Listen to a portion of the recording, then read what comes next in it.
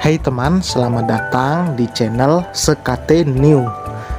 Jangan lupa pada teman-teman untuk like, komen, dan subscribe supaya tidak ketinggalan update dari channel ini. Mimin ucapkan terima kasih. Selamat menyaksikan. Bab 12. Cantika melambaikan tangan pada kedua orang tuanya, lalu dengan wajah sumringah melangkah memasuki kelas. Rasanya tak pernah sebahagia ini, karena setelah sekian lama, akhirnya ia diantar oleh kedua orang tuanya bersamaan. Tiara dan Arkan tersenyum bahagia saat melepas putri kecil mereka untuk bersekolah hari ini. Dari luar, keduanya tampak bahagia, bagai pasangan yang bahagia, seolah tak ada masalah yang mendera rumah tangga mereka. Namun kenyataannya jauh berbeda. Mereka berusaha sekuat tenaga menyembunyikan perbedaan yang tengah mereka hadapi di balik senyuman, semata-mata demi putri kesayangannya itu, Cantika. Mereka tak ingin ia terluka dengan pemandangan pertengkaran dan perselisihan. Di dalam mobil, Tiara berulang kali mengalihkan perhatian Cantika dari kejadian pagi tadi, di mana neneknya begitu marah pada ibunya. Tiara tidak ingin perdebatan sengit itu menghantui pikiran putrinya dan mengganggu psikisnya. Dek, siang nanti kita makan bareng ya. Nanti Mas jemput, ucap Arkan setelah keduanya masuk ke dalam mobil. Tiara tidak menjawab. Ia memalingkan pandangannya ke samping jendela mobil. Sikap bawelnya yang ia tunjukkan pada Cantika tadi kini berubah 180 derajat. Tiara terus diam, tidak mau menanggapi apapun yang dikatakan oleh suaminya. Melihat istrinya yang terus saja acuh, Arkan pun memilih untuk diam. Tidak baik juga jika terus memaksakan Tiara di saat keadaannya seperti ini. Ia harus bersabar sampai Tiara benar-benar bisa bicara dengan hati dan kepala yang dingin. Hati-hati ya sayang. Kalau butuh apa-apa, kamu kabari Mas ya, ucap Arkan setelah sampai di kantor tempat istrinya bekerja. Ia hendak mengulurkan tangannya untuk dicium seperti biasa oleh Tiara. Namun istrinya itu malah membalikkan badannya dan berlalu begitu saja, tanpa mengucapkan sepatah kata pun. Arkan menghela napasnya. Sabar Arkan, sabar. Sepertinya aku harus meminta saran pada Andin. Semoga dia bisa membantuku kali ini, gumam Arkan, kemudian masuk kembali ke dalam mobil dan segera tancap gas menuju kantornya. Wah, bawa apa nih? Mau dong. Jun, jangan sering ke ruanganku. Kenapa memangnya? Bebas dong. Ingat, aku bos di sini. Bebas kepalamu. Aku tidak enak tahu sama karyawan lain. Kalau kau ada urusan denganku, kau tinggal memanggilku ke ruanganmu. Jangan sampai kau merendahkan diri dengan datang ke ruanganku ini. Tiara protes saat Juna Alister, yang tak lain adalah sahabat sekaligus CEO di kantornya ini, datang seenaknya ke ruangan pribadinya. Bukan tanpa alasan Tiara protes. Ia hanya tidak mau jadi bahan gibahan di kantor ini. Meskipun dirinya tahu jika omongan tidak mengenakan itu sudah terdengar, bahkan sejak beberapa tahun lalu. Bahkan ada yang pernah menganggap Tiara adalah simpanan dari CEO. Mereka tidak tahu jika sang CEO dengan manajer keuangan di perusahaan ini sudah bersahabat sejak lama. Enggak usah dengeri kata orang. Aku kesini kebetulan tidak ada kerjaan. Daripada bengong sendiri, lebih baik aku menemani kamu saja. Aku tahu jika kamu banyak kerjaan dan pastinya akan sangat terganggu jika aku yang memanggilmu untuk datang ke ruanganku, ucap Juna sambil membuka kotak bekal yang dibawa oleh Tiara di atas meja. Tiara menghela napas melihat tingkah Juna. Pria itu memang sudah tidak canggung lagi untuk makan ataupun minum apa saja yang Tiara bawa. Saking dekatnya mereka sejak zaman sekolah dulu, bahkan tidur bersama pun mereka pernah. Eits, tapi jangan berpikiran kotor dulu. Tidur bersama di sini dalam artian mereka tidur satu ruangan dengan santainya, tanpa Tiara merasa takut ataupun khawatir jika Juna akan melakukan hal yang macam-macam padanya. Mungkin bisa dikatakan Tiara sudah mati rasa pada sahabatnya itu. Jadi meskipun Juna bertelanjang di hadapannya, wanita itu akan merasa biasa saja. Tiara bahkan sangat dekat juga dengan Nyonya Lauren, ibu kandung Juna. Ayah Juna sendiri sudah meninggal beberapa tahun yang lalu. Tiara lah yang selalu ada dan setia menghibur hati Juna dan ibunya yang terpuruk saat kepergian Tuan Anthony, ayah kandung Juna Alistair. Tiara pula lah yang memberikan support penuh pada Juna yang saat itu belum terlalu percaya diri untuk meneruskan perusahaan ayahnya ini. Juna bisa bangkit dan menjalankan perusahaan ini dengan catatan Tiara yang harus juga bekerja di perusahaannya. Namun pekerjaan tetaplah pekerjaan. Ia bersikap profesional dengan mempekerjakan Tiara di staf biasa awalnya. Hingga seiring berjalannya waktu dan melihat ketekunan dari Tiara, promosi pun ia berikan. Dan akhirnya Tiara bisa menduduki posisinya saat ini. Dengan mata berbinar, ia menyantap nasi goreng sisa yang Tiara bawa. Wah, harumnya lezat sekali. Buat aku ya, pinta Juna. Makan saja, tapi sisa. Enggak apa-apa, makasih Tih. Ucap Juna lalu menyantap nasi goreng itu dengan begitu lahapnya. Tiara terkekeh melihat tingkah CEO itu. Sikap Juna yang seperti ini benar-benar berbanding terbalik dengan sikap Juna yang terkenal bengis dan kejam. Pria itu bahkan sangat dingin pada siapapun, sehingga Tiara harus beberapa kali mengingatkan agar Juna bisa bersikap lebih baik pada karyawannya. Kamu lapar sekali. Seperti tidak makan seminggu saja, ledek Tiara. Memang, aku sibuk sekali kemarin. Pulang malam langsung tidur. Aku sampai lupa makan. Dan pagi-pagi langsung ke kantor tanpa sarapan. Habisnya nggak enak sarapan sendiri, ucap Juna apa adanya. Makanya nikah dong biar ada yang ngurus dan nemenin kamu. Enggak ah, aku masih ingin sendiri Tih. Lalu siapa yang akan melindungimu jika aku menikah? Pasti istriku akan cemburuan. Aku lebih nyaman seperti ini. Mendengar itu membuat hati Tiara terenyuh. Setulus itu Juna pada Tiara. Berkali-kali ia meminta Juna untuk menikah, namun selalu menolak dengan alasan yang sama. Padahal Tiara bilang jika dia juga sudah punya Arkan yang pasti akan melindunginya. Sejak Tiara menikah, ia jadi jarang memperhatikan sahabatnya itu. Tiara punya kewajiban lain, yaitu suami dan anaknya. Biasanya dulu untuk sekedar makan atau sarapan, pasti Tiara selalu mengingatkan.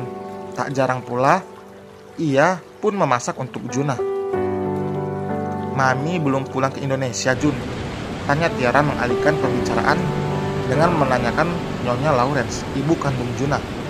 Sedekat itu hingga ia memanggilnya dengan sebutan Mami. Pulang minggu kemarin, tapi sekarang udah balik ke New York, jawab Juna dengan mulut penuh. Minggu depan Mami pulang lagi. Katanya dia kangen sama kamu, mau ajak kamu makan malam. Cuman aku jawab, kalau kamu belum tentu bisa. Mami memaklumi karena kamu sudah menikah dan gak punya banyak waktu kayak dulu, ujarnya. Kenapa kamu bilang aku gak bisa? Ya karena aku gak mau ganggu family time kamu sama keluarga kamu, Tih, ucap Juna sambil terus melahap nasi goreng yang dibawa Tiara dengan begitu nikmatnya. Kamu itu ya, tentu saja aku pasti datang kalau Mami yang minta, saut Tiara yang membuat Juna mendongak. Benarkah? Serius? Serius Jun, aku juga kangen sama Mami Lauren. Terakhir kali ketemu saat dia datang di pernikahanku. 7 tahun yang lalu ya, sudah lama sekali, tutur Tiara menerawang kebersamaannya dulu bersama ibu kandung sahabatnya itu. Tiara merindukan wanita yang sudah ia anggap ibu kandungnya sendiri. Wah, kabar baik ini. Aku akan kabari Mami segera. Tapi bagaimana dengan suamimu? Apa dia mengizinkan? Tanya Juna. Tiara terdiam cukup lama. Pikirannya kembali melayang pada permasalahan pelik yang tengah dihadapinya saat ini, di mana rumah tangganya sedang tidak baik-baik saja karena kehadiran orang ketiga, membuat hubungannya dengan Arkan yang semula harmonis kini renggang. Aku mungkin akan berpisah darinya, Jun. Ucapan Tiara sontak membuat Juna terkejut hingga ia tersendak makanan sendiri. Mas Arkan punya istri lagi, Jun. Dia sudah mengkhianatiku, ucap Tiara dengan sendu. Juna semakin terhenyak. Ia memang menunggu saat dimana Tiara mau bercerita seperti ini. Kebimbangan Tiara sejak beberapa hari yang lalu tentu saja membuatnya sangat cemas. Namun Juna tidak menyangka jika ternyata permasalahan yang dihadapi oleh sahabatnya ini begitu besar. Sebenarnya Juna tahu jika Tiara ada masalah dengan suaminya, apalagi setelah mendapatkan informasi dari anak buahnya yang ia tugaskan untuk mengamati kediaman Tiara sejak kemarin. Anak buahnya tersebut mengabarkan bahwa di rumah itu ada 2 wanita lain, salah satunya ibu kandung dari Arkan. Satunya lagi seorang wanita bercadar yang masih diselidiki identitasnya oleh anak buah Juna.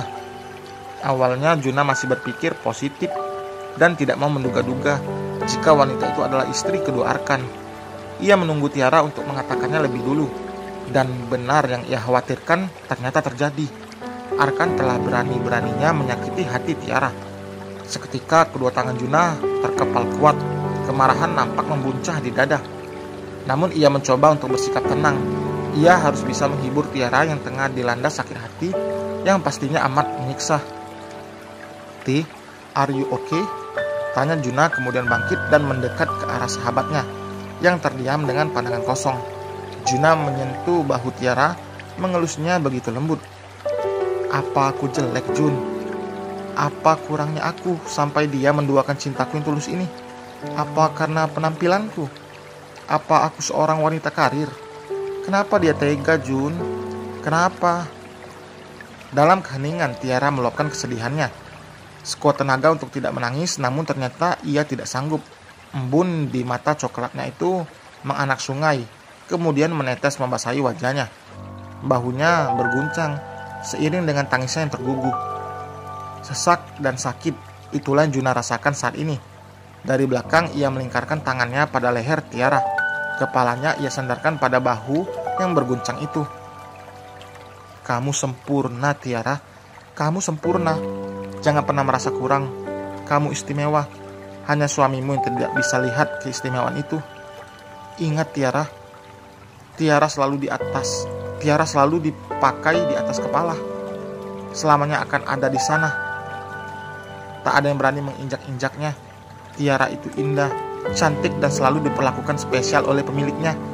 Jika Arkan memperlakukanmu tidak baik, mungkin memang dia bukan pemiliknya sebenarnya," ujar Juna. Suaranya penuh emosi. Tiara merenung merasakan dukungan dari sahabatnya ini. Alih-alih mengajak Tiara untuk bertahan dalam rumah tangganya, Juna justru berani mendukung jika perpisahan adalah jalan keluar yang terbaik. Baginya, pengkhianatan adalah kesalahan yang fatal, dan tak ada kata maaf untuk seseorang yang telah mengkhianati ketulusan hati Tiara. "Percayalah pada dirimu, Tiara. Kamu pantas bahagia, dan kamu akan menemukan kebahagiaan itu, entah bersama Arkan atau tidak," tutup Juna. Melihat cahaya harapan mulai menyinari wajah sahabatnya itu, Tiara membalikkan tubuh, kemudian bangkit dan memeluk sahabatnya itu. Dalam diam, ia terus menumpahkan tangisnya. Ia dilema saat ini. Perpisahan adalah jalan buntu yang selalu ia pikirkan untuk hubungannya dengan Arkan. Ia tidak sanggup jika harus berbagi suami. Dirinya tidak mampu. Rasa cemburunya amat besar. Ia tak mau memupuk dosa dengan kebenciannya pada suami serta istri barunya itu. Namun permasalahan yang paling menghantui Tiara saat ini adalah Cantika, putrinya yang masih kecil. Cantika sangat dekat dengan ayahnya, dan Tiara ketakutan jika suatu hari nanti Arkan akan merebut hak asuh Cantika dari tangannya jika mereka bercerai. Hatinya terasa berat, seolah-olah direndam dalam kepiluan yang tak berujung. Aku benar-benar dilema, Jun. Bagaimana dengan Cantika? Aku tak sanggup membayangkan dampak perceraian ini pada mentalnya yang masih rapuh. Aku juga ketakutan jika hak asuh Cantika justru akan jatuh ke tangan Arkan, ujar Tiara dengan suara yang bergetar setelah mengurai pelukannya dari Juna. Juna terdiam merenungi kata-kata yang baru saja terlontar dari bibir Tiara. Memang benar permasalahan terberat mereka adalah anak. Mereka memiliki Cantika yang sejak kecil begitu dekat dengan ayahnya. pasti akan sulit untuk meyakinkan seorang anak kecil seperti Cantika. Anak itu pasti akan merasakan sangat bersedih, sekaligus kehilangan jika orang tua yang selama ini menjadi tempat bersandar dan kasih sayangnya harus terpisahkan oleh pilihan yang begitu menyakitkan. Untuk sekarang, kamu tenangkan pikiranmu dulu, Tih. Soal pekerjaan aku minta Kenzo untuk menghandle. Aku pasti akan membantumu. Jika pada kemungkinan terburuk itu terjadi, aku akan siapkan pengacara terbaik untukmu. Sekarang gimana kalau kita keluar? Juna yang juga belum menemukan solusi untuk permasalahan besar yang dihadapi oleh sahabatnya itu memilih untuk mengajak Tiara keluar kantor. Setidaknya ia ingin menghibur hati sahabatnya itu. Mau kemana? Tanya Tiara yang memang sedang butuh hiburan. Dipaksakan untuk bekerja pun rasanya tidak mungkin, karena hanya akan membuat pekerjaannya berantakan. Tiara tidak bersemangat untuk melakukan apapun hari ini. Jemput Cantika di sekolah yuk. Terus ajak dia main ke mall. Seru Juna yang membuat melongo. Hei, kau sudah mengajak aku bolos, kini mau mengajak anakku juga bolos. Tiara mengusap sudut matanya yang meninggalkan jejak air mata. Ia terkekeh sambil menggelengkan kepalanya melihat tingkah Juna. Biarinlah sesekali. Aku juga kangen nih, udah lama gak ajak main Cantika, ucap Juna yang memang juga cukup dekat dengan putri semata wayang sahabatnya itu. Tiara terdiam, menimang-nimang tawaran dari Juna. Karena ia sedang butuh teman untuk meluapkan sejenak permasalahannya, ia pun akhirnya setuju. Baiklah bos, tapi traktir ya, ucapnya sambil terkekeh. Hahaha, siap. Nanti aku traktir apa saja yang kamu mau, ucap Juna lalu merangkul Tiara dan membawa keluar di jam kantor. Sejenak Tiara tidak memperdulikan tanggapan orang lain. Pasti keluarnya Tiara dan Juna di jam kantor ini akan menjadi buah bibir karyawan di perusahaan itu. Namun Tiara tidak peduli, hatinya sedang rapuh. Dan Juna, dia memang selalu ada untuknya. Di tempat lain, Arkan tengah duduk berhadapan dengan sekretaris pribadinya, Andin. Pria itu tidak menyalahkan Andin yang membocorkan soal acara 4 bulanan Arumi pada Tiara, sehingga Tiara tahu jika suaminya pun punya istri lagi. Tentu saja Arkan memakluminya, karena Tiara yang terus mendesak Andin dan menuduh jika Andinlah selingkuhan suaminya waktu itu.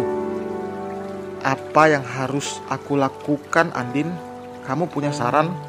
Tanya Arkan yang jujur. Ia merasa serba salah di posisi seperti ini. Ia sangat mencintai Tiara dan merasa bersalah karena telah mengkhianatinya. Tapi di sisi lain ia juga tidak bisa meninggalkan Arumi karena istri keduanya itu tengah mengandung buah hatinya. Keadaan pelik ini benar-benar membuatnya sangat frustasi. Menurut saya sebaiknya Pak Arkan pelan-pelan membujuk Bu Tiara. Memang tidak akan mudah dan tidak akan bisa seperti dulu lagi. Tapi berikanlah perhatian ekstra dan juga kejutan-kejutan kecil yang romantis yang akan membuat Bu Tiara merasa jika Pak Arkan akan lebih memprioritaskannya. Andin mencoba untuk memberikan saran, meskipun ia sendiri ragu apakah hal itu akan berhasil atau tidak. Karena jika dirinya dalam posisi Tiara pun belum tentu ia akan sanggup menerima jika suaminya telah menikah lagi. Lalu bagaimana dengan persyaratan itu, Andin? Tiara memintaku untuk menceraikan Arumi. Aku tidak bisa melakukannya. Itu kembali lagi sama Bapak. Untuk sekarang jangan terlalu memaksakan Bu Tiara. Beliau pasti butuh waktu untuk berpikir. Jika waktunya sudah tepat, mungkin nanti Pak Arkan bisa bicara dari hati ke hati dengan Bu Tiara. Saya doakan semoga rumah tangga Bapak bisa terselamatkan, ucap sang sekretaris yang membuat Arkan mengangguk pelan. Baik Andin, terima kasih untuk sarannya. Untuk sekarang, bisakah kamu belikan saya buket bunga? Saya ingin memberikannya pada Bu Tiara sepulang kerja nanti. Tentu Pak, dengan senang hati, ucap sang sekretaris sambil tersenyum ramah. Kemudian pamit keluar untuk membeli barang yang diinginkan oleh atasannya itu. Arkan termenung sendiri di ruangannya. Dalam benaknya, kini hanya ada Tiara, wanita yang disayanginya. Perubahan sikap Tiara akhir-akhir ini membuatnya khawatir jika istrinya akan nekat meninggalkan. Tidak boleh. Tiara tidak boleh meninggalkan aku. Ada Cantika di antara kami. Cantika bisa dijadikan alat untuk membuatnya tetap bersamaku. Aku tidak rela jika dia pergi. Selamanya Tiara akan menjadi milikku. Aku akan mempertahankan hubunganku dengannya. Ya, apapun akan aku lakukan untukmu, Tiara, gumam Arkan dengan ego yang menyelimuti diri dan hatinya. Selesai teman, terima kasih, selamat pagi, selamat beraktivitas, sampai berjumpa di bab berikutnya. Bye.